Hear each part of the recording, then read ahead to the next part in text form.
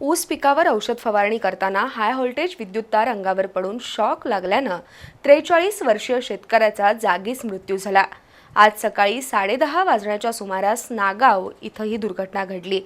मृत्यू पावलेल्या सुनील बापू शिंदे यांच्या कुटुंबियांना महावितरण कंपनीकडून नुकसान भरपाई मिळावी अशी मागणी ग्रामस्थांनी केली आहे।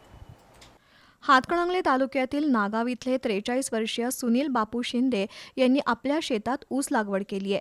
आज सकाळी 10:30च्या दरम्यान सुनील शिंदे ऊसावर तणनाशक औषध फवारणी करण्यासाठी शेतात गेले होते। त्यावेळी अचानक विद्युत तार तुटून त्यांच्या अंगावर पडली, त्यामुळे विजेचा जोराचा शॉक बसून त्यांचा जागीच मृत्यू झाला।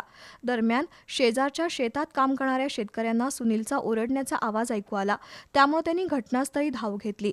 त्यावेळी अंगावर विद्युत तार पडलेला सुनील चिप पडल्याचं दिसून आलं। ग्रामस्थांनी तातडीनं महावितरणच्या कर्मचाऱ्यांना बोलावून घेतलं आणि वीज पुरवठा खंडित करून सुनीलला तारे खालून बाहेर काढलं, पण तोपर्यंत खूपच उशीर झाला होता।